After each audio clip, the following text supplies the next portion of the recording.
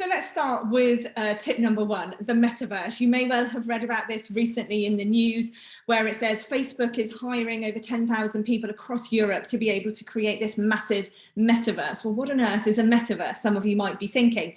In their own words, Facebook described it as a new phase of interconnected virtual experiences. So we're talking in the realms of AR and VR. If you've seen Ready Player One, this is what we're talking about, connecting through a helmet, through a visor. So in the future, you will no longer be looking through a screen as you are now, or through a phone screen, or with a keyboard. What you will have is more like an immersive experience.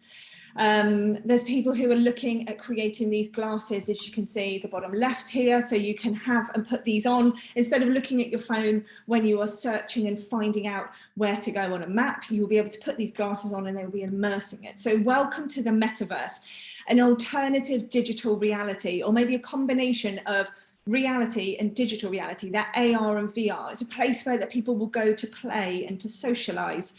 It's a mirror on the world, but it's sometimes called the magic verse or the spatial internet, or maybe it's just live maps. But for certain, it's coming, and lots of different places you can go and have a play with this, because a lot of the time people have been prohibited or think of it as too playful as opposed to useful in terms of business. But have a look over on YouTube VR. Great place for you to start to see how you think things can be immersed, how you can use digital videos, how you can use 360-degree photos, how YouTube are going to use that and are already using it. Facebook Metaverse, if I can say it properly, the Facebook Metaverse, as I say, is coming, it's going to launch. There's a lot of activity around it. If you're interested in finding out more, also hop over and have a look at Adobe Aero. This is a place where you can go and actually create some products, create some items that people can use and work with in the virtual reality sections. You will be able to do so much more of this. Interestingly, you've got things like Oculus Quest, which is also organized by Facebook. Then you have Horizons, so experiences.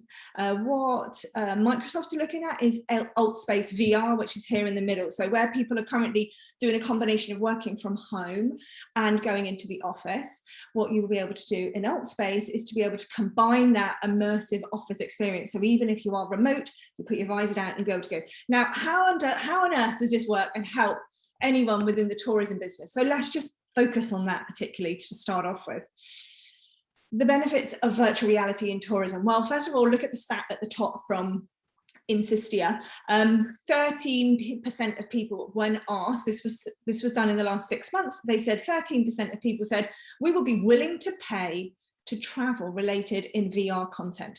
So just to put that in perspective, that means 13% of the people at the moment would be happy to pay to visit a place, a location, a hotel, a spa, a destination via a VR headset.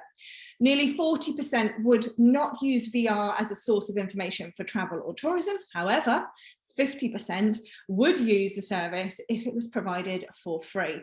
So combining the two, the 13 and the 50, you are at over 65% of people would be happy to have a go and immerse themselves in a virtual reality or an AR experience. So being able to showcase 360-degree destinations. Some of you will have done this with things like a Matterport or a 360-degree photograph. So you go into a room and you can look the whole way around. I know that some people are already doing that.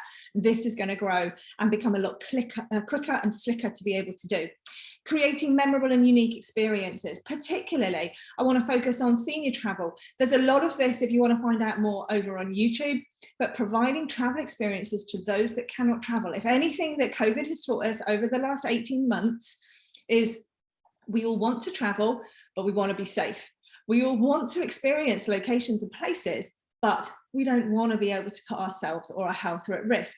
Sometimes you are just unable to get to locations, but you want to find out more. So using these pieces of tech, these VR and AR experiences, to also reduce the impact of tourism on vulnerable areas. So finding ways to be able to use this particularly for your business will be beneficial. So the first thing to consider is the metaverse. There's lots out there to have a look at, but have a go for yourselves and see what you can find out.